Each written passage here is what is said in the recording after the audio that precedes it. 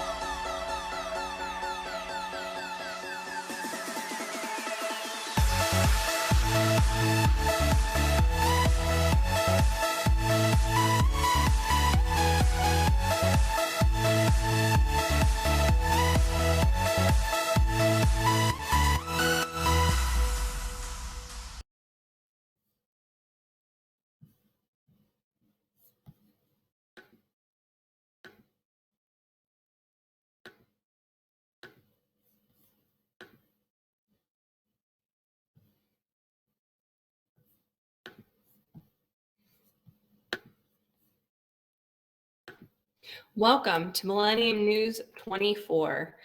I'm your host and anchor today, Kella Price, joining you live from the Dallas-Fort Worth Metroplex. And now for our update. New York City could be hit with a major bomb cyclone or nor'easter Sunday night, but forecasters say it's far too early to make a run for butter and milk. A bomb cyclone is a storm that intensifies very, very quickly, said AccuWeather senior meteorologist Dave Dombeck. This large storm is expected to tear through the Midwest and Southeast, then turn north at the end of the weekend. The weather system would likely have an impact on the tri-state area, although experts on Wednesday evening cautioned that it was too early to make a precise forecast. A lot can change in the next few days, but given what we're seeing now, it's our thinking that there will certainly be enough snow, at least for a long enough period of time, that will impact travel. AccuWeather senior meteorologist Dave Dombeck told the Post. If we're in the mostly snow zone, then we're looking at much heavier amounts. At this juncture, that doesn't look likely, but it's still in the cards, Dombeck said. Experts believe it's too early to predict how serious the coming snowstorm will be.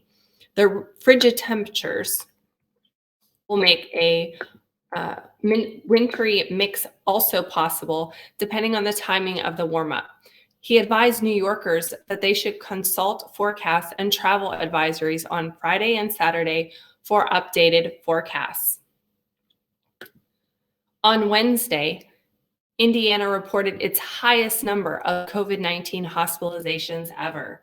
That's after it broke the record on Tuesday. At Eskenazi Health in Indianapolis, the hospital has run out of room to store the dead. It is using a refrigerated truck that it acquired a week ago in anticipation of the surge. A spokesperson for the hospital said its morgue is small and it has reached its capacity. We are over capacity, meaning that if capacity was 100%, we are over 100%, Dr. Graham Carlos said. Dr. Carlos is the hospital's executive medical director. He said they have run out of room and have had to get creative to make more beds available.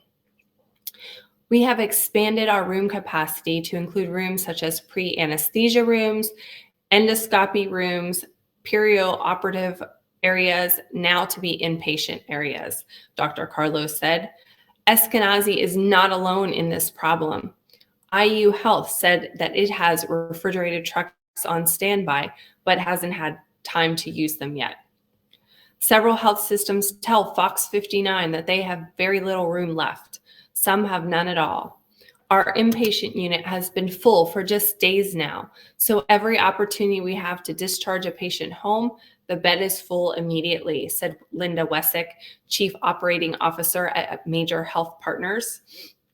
Franciscan Health Indianapolis told us it currently has 96 patients hospitalized for COVID-19 conditions.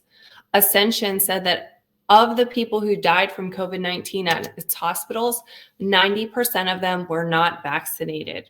These are sick patients that are in a hospital because you have life-threatening problems. And so it's stressful to be continuously taking care of so many patients, Dr. Carlos said. In other news, Illinois public health officials reported 34,753 new COVID cases and 144 related deaths Wednesday as hospitalizations across the state have reached a record high. There have been 2,522,953 total COVID cases, including 28,804 deaths in the state since the pandemic began.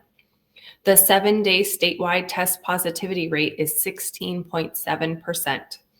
Within the past 24 hours, laboratories have reported testing 237,157 new specimens for a total of 47,411,987 since the pandemic began. As of Tuesday night, 7,219 patients in Illinois were reported to be in the hospital with COVID-19. Of those, 1,131 patients were in the ICU and 650 patients with COVID-19 were on ventilators. A total of 19,779,403 vaccine doses have been administered in Illinois as of Tuesday, and 61.17% of the state's population is fully vaccinated. The 7-day rolling average of vaccines administered daily is 51,745.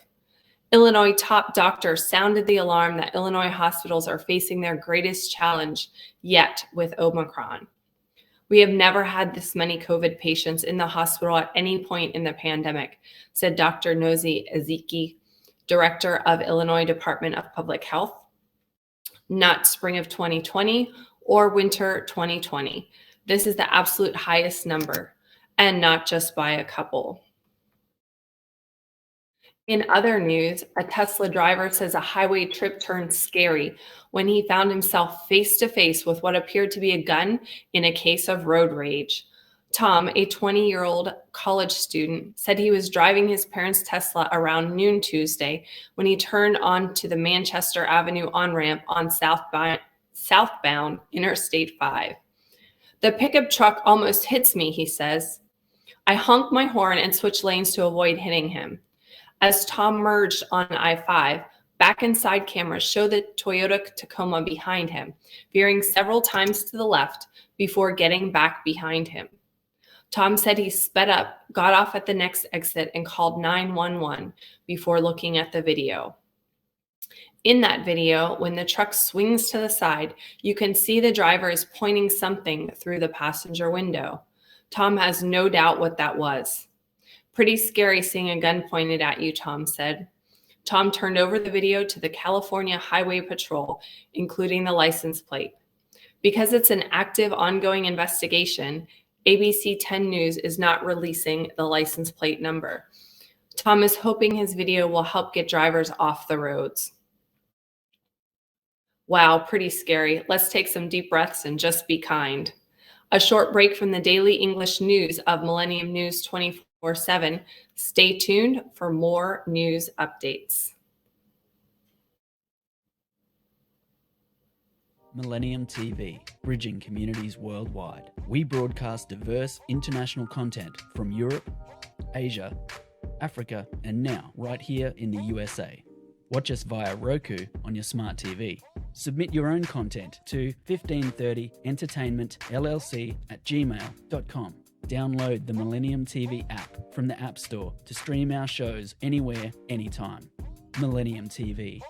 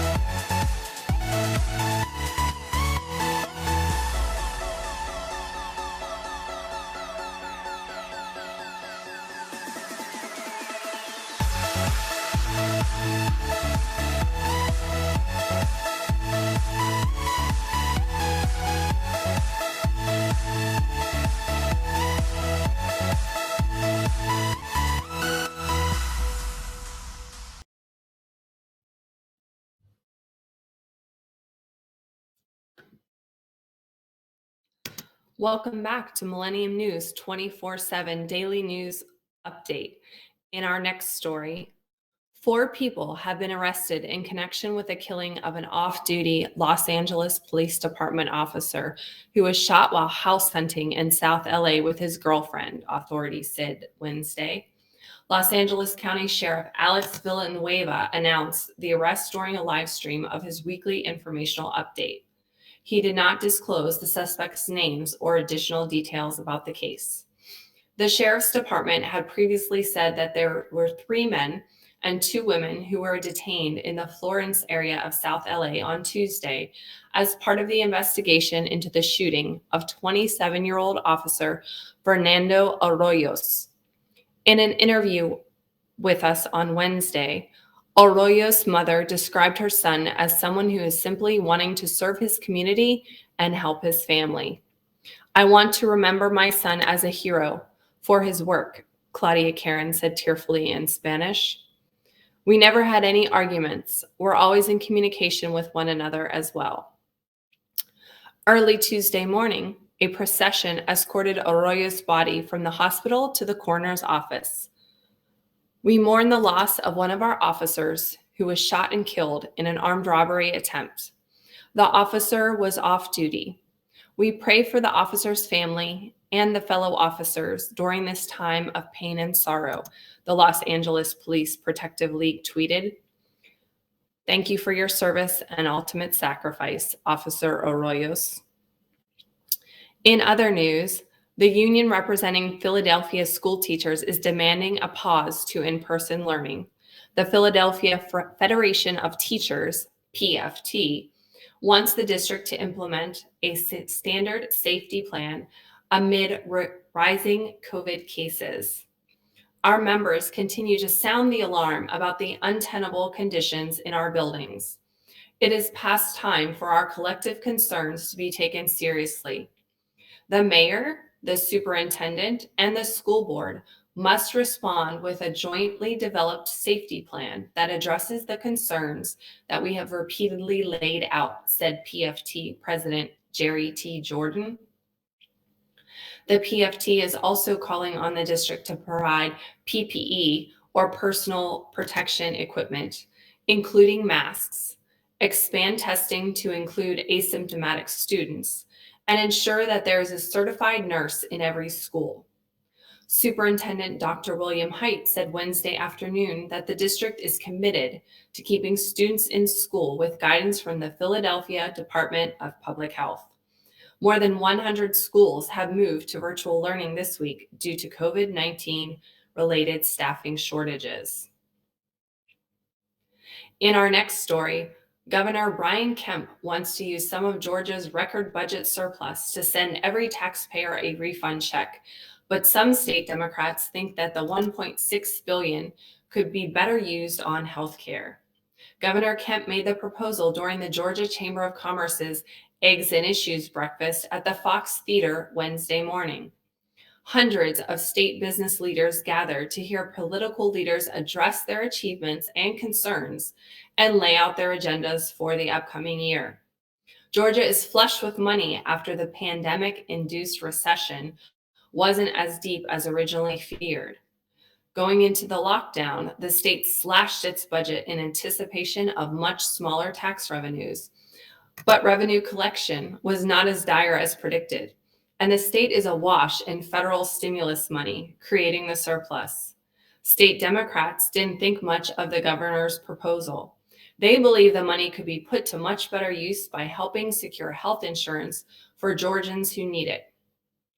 House Minority Leader State Representative James Beverly, a Democrat from Macon, says, "I think it's another misguided initiative from the governor. It's misguided because there are 500,000 Georgians right now who don't have health insurance. We can cover the coverage gap right now with that money, allowing it to be used to expand healthcare initiatives to make sure that people who lost their job through no fault of their own have medical coverage." In our next news story, a trio of fake cops who kidnapped and robbed a man of 3 kilos of cocaine and about $160,000 in the Bronx had the bad luck to come across real cops after a witness called 911, federal authorities said Wednesday. Rashim Counsel, Paris Fulton, and Terrence McKee face federal narcotics conspiracy and firearms charges in a complaint filed in Manhattan federal court. The man that they were trying to rob, Michael Garcia, was also charged with the possession of drugs with the intent to distribute. But their getup didn't look much like real NYPD gear.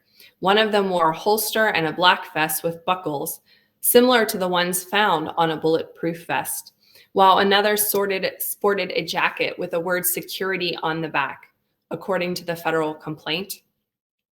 The three men rushed into Garcia's apartment and chased him into the bedroom, demanding at gunpoint that he and his partner get on the floor, the feds allege. They handcuffed Garcia and asked where he hid his drugs and money, and Garcia gestured to a bedroom closet. Wow, what a story. Now, a short break from the daily English news of Millennium News 24/7. Stay tuned for more breaking stories when we return. Millennium TV, bridging communities worldwide. We broadcast diverse international content from Europe, Asia, Africa, and now right here in the USA. Watch us via Roku on your smart TV. Submit your own content to 1530entertainmentllc@gmail.com. Download the Millennium TV app from the App Store to stream our shows anywhere, anytime. Millennium TV.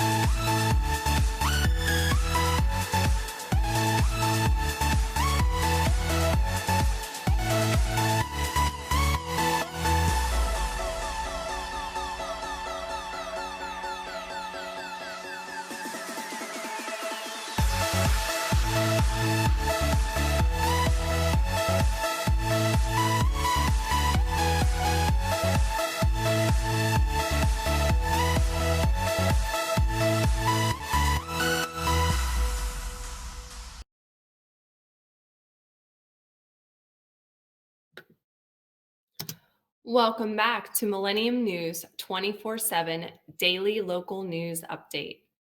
In our next story, most access to a major city adjacent to Beijing was suspended on Thursday as China tried to contain an outbreak of the highly contagious Omicron variant, which poses a test to its zero-tolerance COVID-19 policy and its ability to successfully host the Winter Olympics.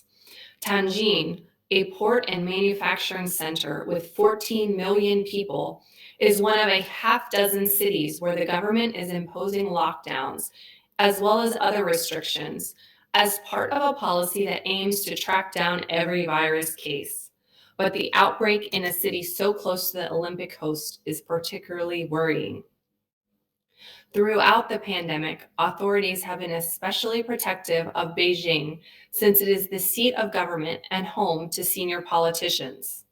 With the Games opening there in just over 3 weeks and China's national pride on the line, the stakes are even higher now. On Thursday, Tianjin suspended train, taxi, bus, and ride-hailing services to other cities. Flights and high-speed train services were canceled earlier and highways closed. People leaving the city were required to present negative virus tests and receive special permission. Elsewhere, more than 20 million people under lockdown in China, including the western city of Xi'an.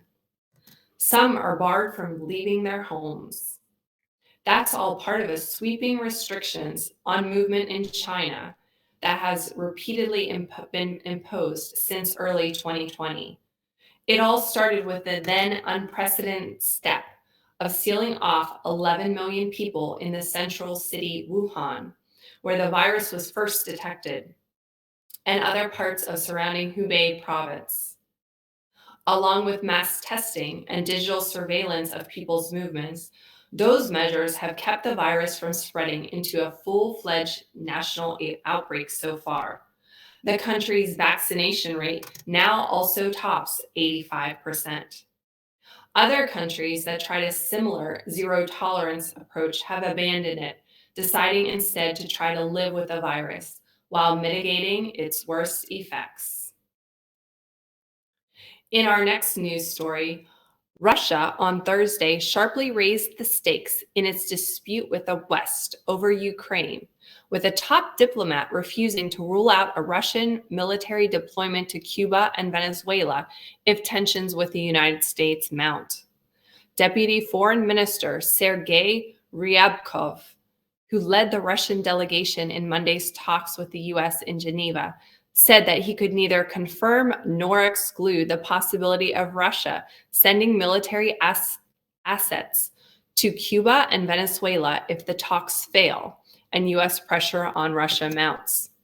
The Russia-U.S. negotiations in Geneva and a subsequent NATO-Russian meeting failed to narrow the gap on Moscow's security demands amid a buildup of Russian troops near the Ukraine. While Moscow demanded halt to NATO expansion, Washington and its allies firmly rejected that as a non-starter.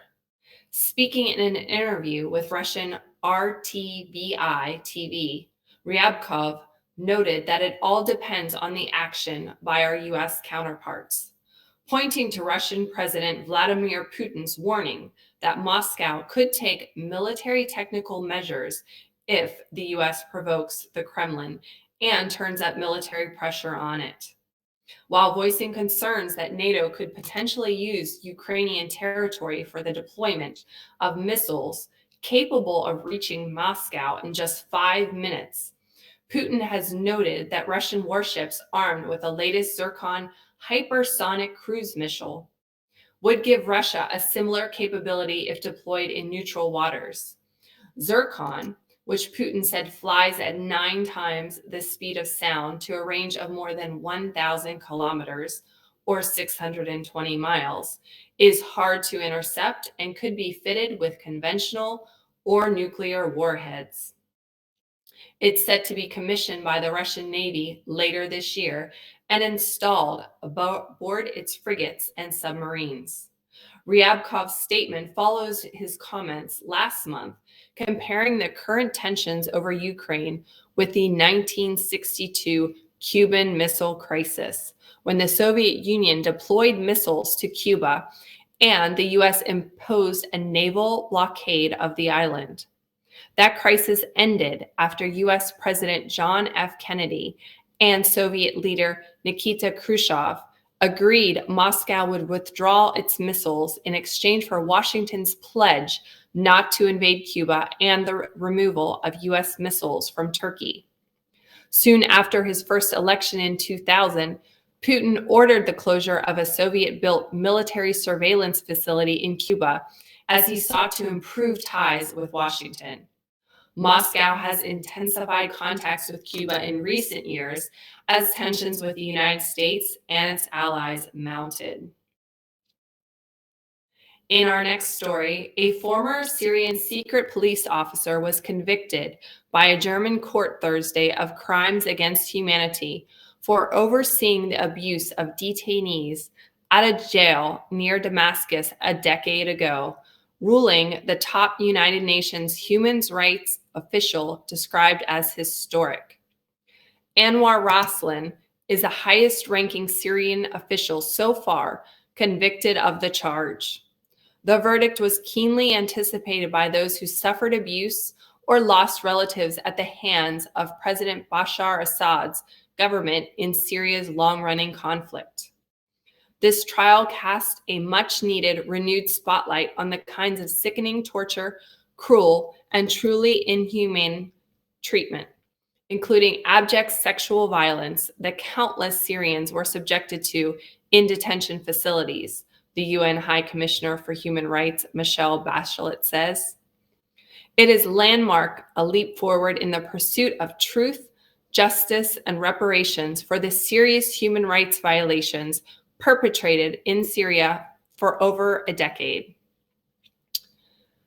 The Koblenz State Court concluded that the defendant was in charge of interrogations at a facility in the Syrian city of Douma, known as Al-Khatib or Branch 251, where suspected opposition protesters were detained. The court sentenced the 58-year-old to life in prison.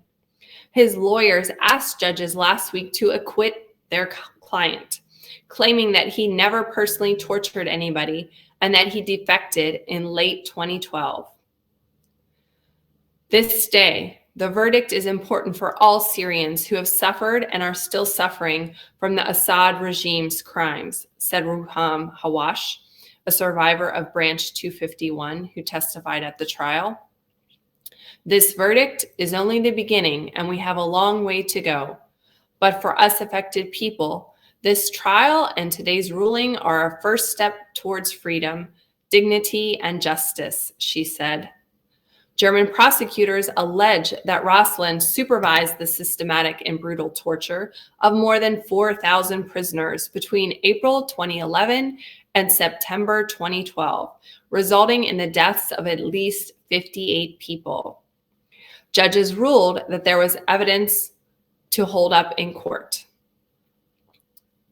In our next news story, with varying degrees of enthusiasm, senior British government ministers on Thursday expressed support for Conservative Prime Minister Boris Johnson and rejected demands he resign for attending a garden party during the country's first coronavirus lockdown. Many other Conservatives held their tongues, waiting to see whether the crisis threatening Johnson's premiership will fade or intensify. Johnson apologized in the House of Commons on Wednesday for attending a bring your own booze party in the garden of the Prime Minister's Downing Street office and residence in May 2020. About 100 staff were invited by a senior prime ministerial aide to what was billed as socially distanced drinks event. At the time, Britons were banned by law from meeting more than one person outside of their own households as part of measures to curb the spread of the coronavirus. Millions were cut off from family and friends, and even barred from visiting dying relatives in hospitals. Johnson said he understood public rage, but stopped short of admitting wrongdoing, said he had considered the gathering a work event to thank staff for their efforts during the pandemic. Johnson urged people to await the conclusions of an investigation by senior civil servant Sue Gray into several alleged parties by government staff during the pandemic. Gray, a public service veteran with reputation as a straight shooter, is expected to report by the end of the month. Johnson was spending Thursday holed up in Downing Street. A planned visit to a coronavirus vaccination center was called off after a family member tested positive for the coronavirus, the Prime Minister's office said. Northern Ireland Secretary Brandon Lewis said Johnson's apology had been very, very sincere, but added that the Prime Minister did not believe he had done anything wrong. The Prime Minister has outlined that he doesn't believe that he has done anything outside the rules, Lewis told Sky News. If you look at what the investigation finds, people will be able to take their own view at that time. And now, a short break from the daily English news of Millennium News 24/7. Millennium TV, bridging communities worldwide. We broadcast diverse international content from Europe, Asia, Africa, and now right here in the USA. Watch us via Roku on your smart TV. Submit your own content to 1530entertainmentllc@gmail.com. Download the Millennium TV app from the App Store to stream our shows anywhere, anytime. Millennium TV.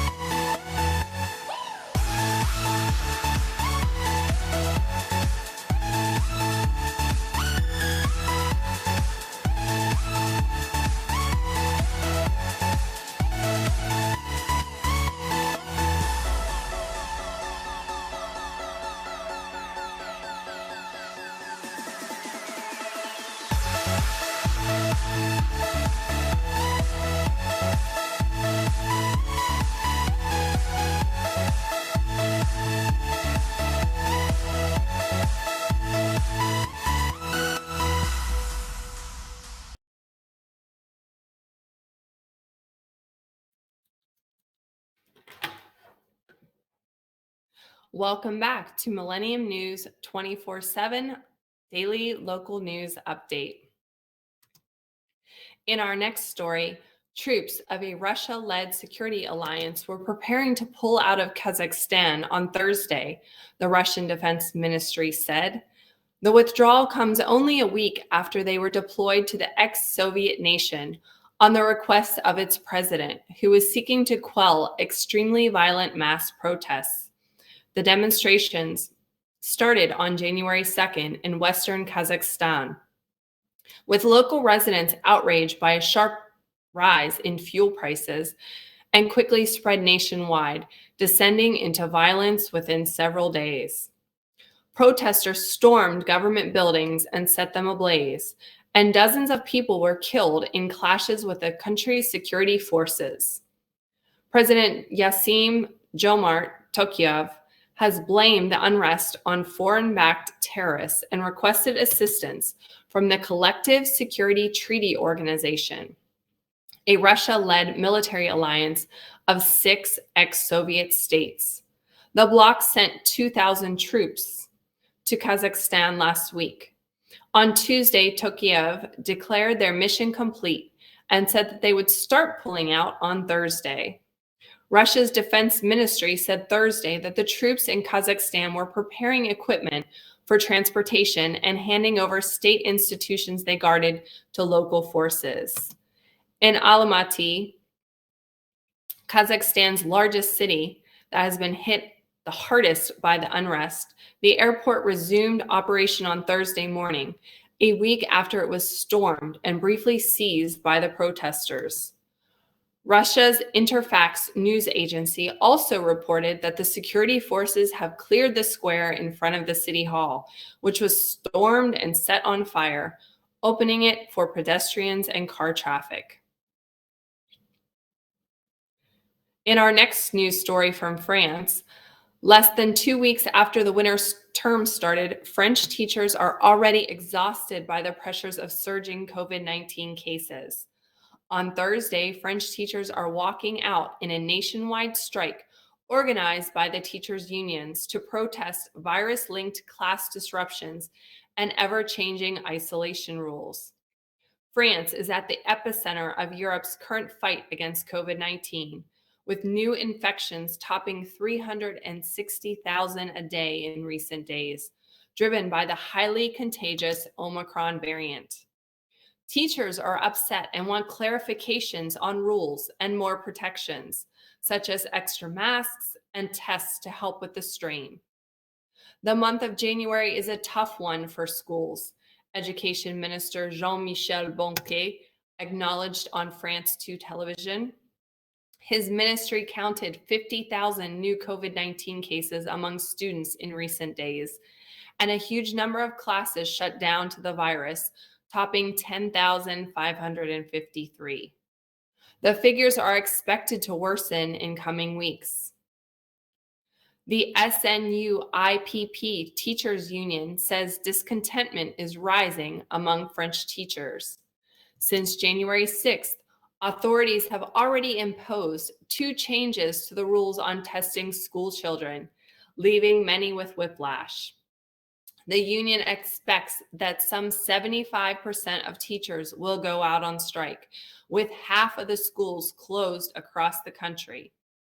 The situation since the start of January's school year has created indescribable mess and a strong feeling of abandonment and anger among school staff, the union said.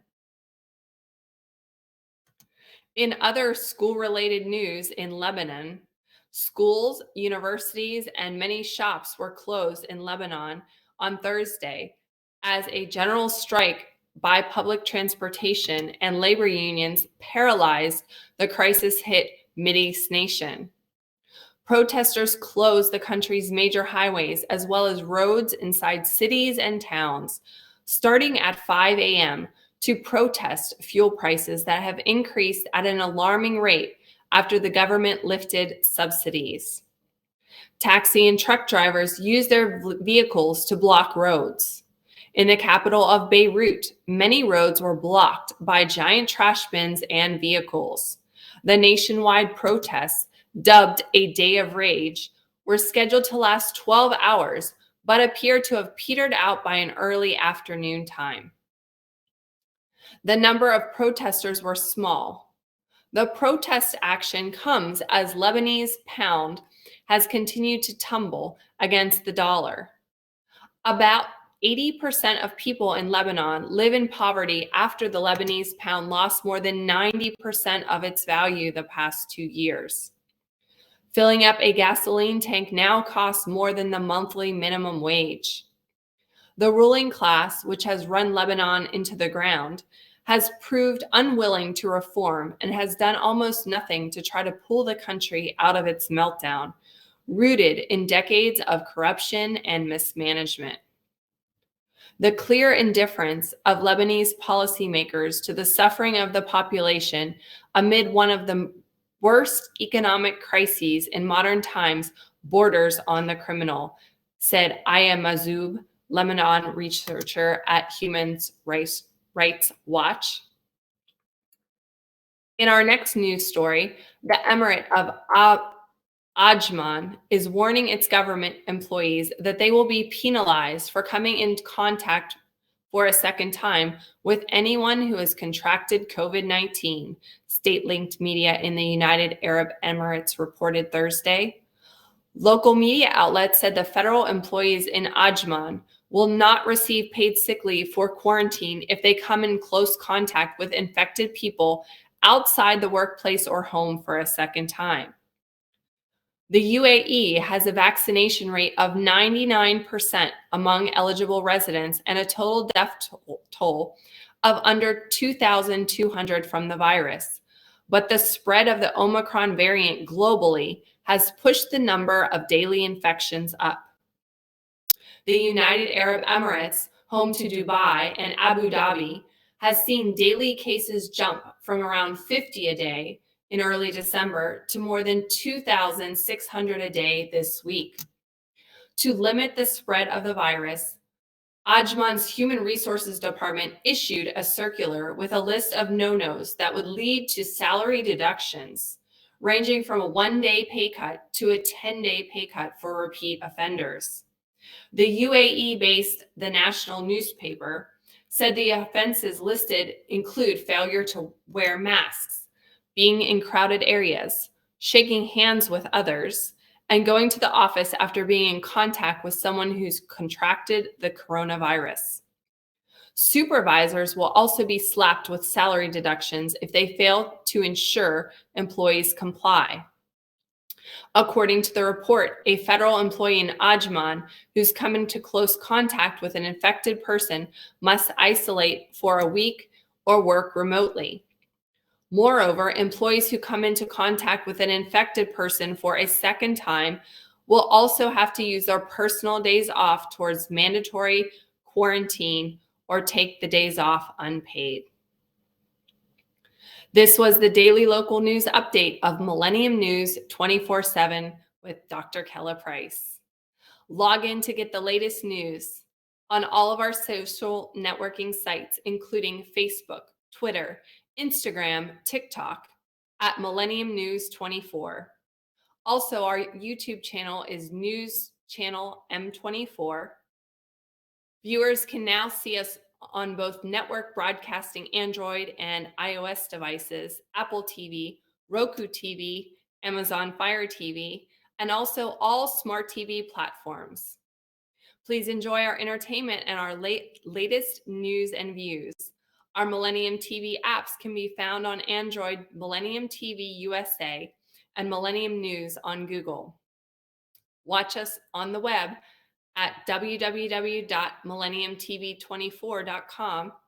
I'm Kella Price. Stay with us at Millennium News 24. Thank you.